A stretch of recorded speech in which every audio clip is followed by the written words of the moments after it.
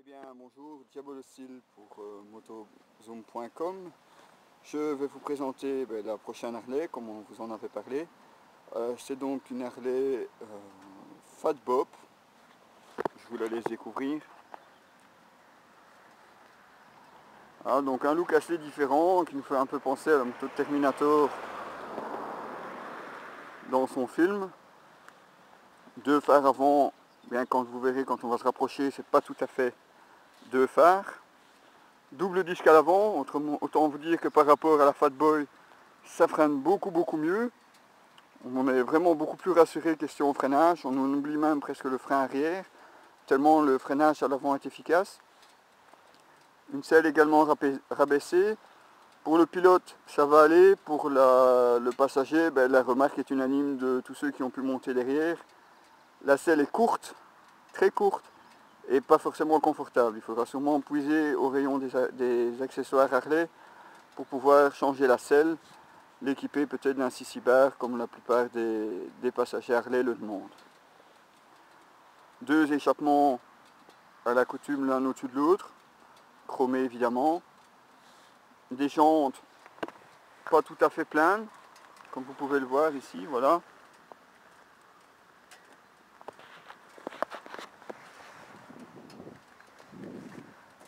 Alors comme vous le constatez, ce sont deux amortisseurs et plus un mono-amortisseur comme sur la Fat Boy. Ça serait peut-être là le plus gros reproche que je pourrais faire à cette moto, c'est la suspension arrière, très souple, tellement souple que chaque fois que vous passez sur une bosse, vous avez l'impression que vous envolez. Alors au départ, c'est surprenant, au bout d'un bon nombre de kilomètres, ça en devient même lassant, tellement vous ressentez toutes les vibrations et tous les chocs dans votre dos. Bon, maintenant c'est peut-être un réglage à faire des amortisseurs, du moins comme elle nous a été livrée là, c'est relativement pénible pour le dos. Bon, il faut dire aussi à sa décharge que nous sommes partis avec elle sur le brevet des 500 km, ce qui nous a fait 700 km sur une journée entière. Comprenez bien que 700 km au guidon d'une Harley, c'est peut-être pas l'usage habituel.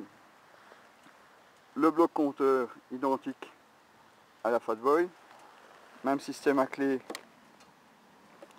que sur l'autre. Également la jauge ici au-dessus.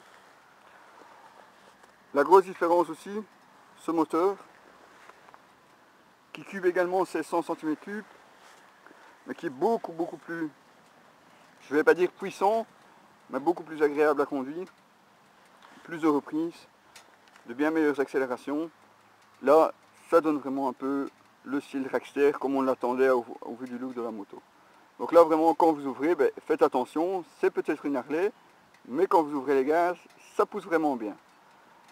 Ça tient sans problème, ça dépasse les 120, vous en faites pas pour ça, ça dépassera même beaucoup plus, vous avez vraiment de quoi perdre votre permis. Mais il faut dire que sur petite route et tout, c'est vraiment très agréable à rouler. Franchement, moteur Harley, si on pouvait me mettre ce moteur là dans la Fat Boy, ça serait probablement, pour le moment en tout cas, la Harley idéale. Comme vous êtes friand de sonorité, on va vous la mettre en route.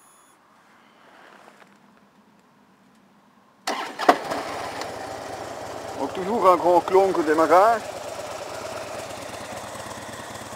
Quand vous passerez chaque vitesse, même tarif, un grand clong également. Voilà, donc son, je dis relativement raisonnable.